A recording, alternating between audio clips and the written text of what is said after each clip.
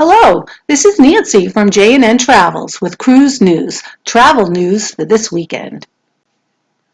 Exciting news for anyone who is driving distance of Norfolk, Virginia. Carnival Cruise Line announced it had signed a 5-year agreement with the city of Norfolk to operate seasonal sailings from Half Moon Cruise Center through 2025. As part of the agreement, Norfolk has agreed to invest at Half Moon Cruise Center to accommodate larger ships and provide an enhanced passenger experience, including a boarding bridge that will streamline the embarkation-debarkation process, as well as a host of other improvements. It was announced that Carnival Magic will become the largest cruise liner to ever sail from the port of Norfolk when she launches a series of 12 sailings from the port in 2021 that will carry around 50,000 passengers.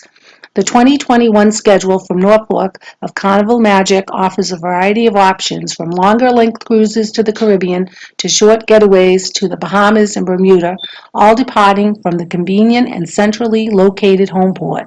Prior to the startup of her Norfolk schedule in 2021, Carnival's Magic will offer a series of Mediterranean sailings and undergo a 2-week dry dock before repositioning to the United States. The next topic of interest is Real ID required for all domestic flights starting in October. If you're flying to catch an upcoming cruise, you'll want to know about the Real ID Act that starts on October 1st, 2020. Beginning on October 1st, 2020, anyone who is 18 years and older will be required to have a Real ID to take a domestic flight. This will affect anyone who flies in the U.S.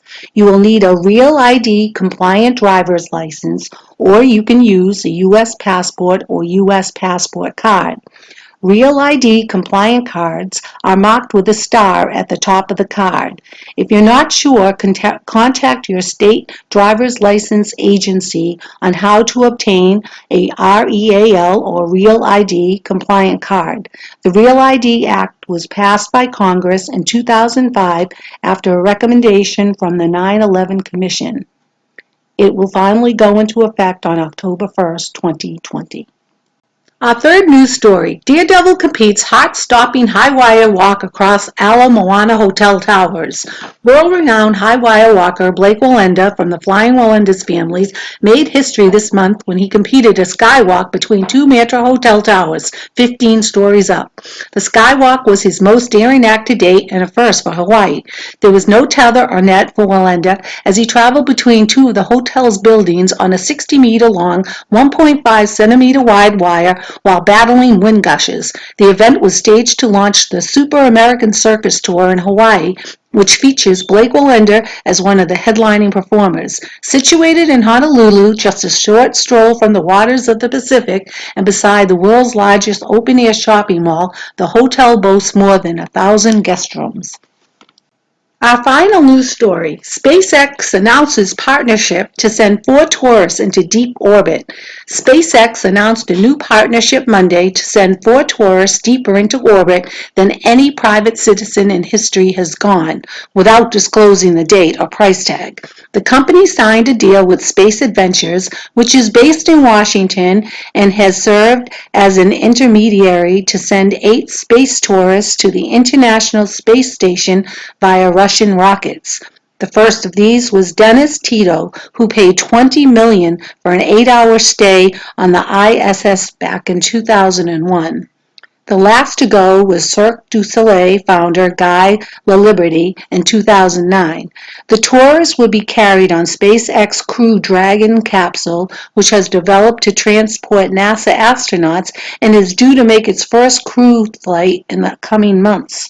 The tourism flights won't go to the ISS, according to a statement by SpaceX. The historic mission will forge a path to making spaceflight possible for all people who dream of it. The date and length of the mission have not been disclosed, but Space Adventures President Eric Anderson said it would be capable of reaching twice the altitude of any prior civilian astronaut mission or space station visitor.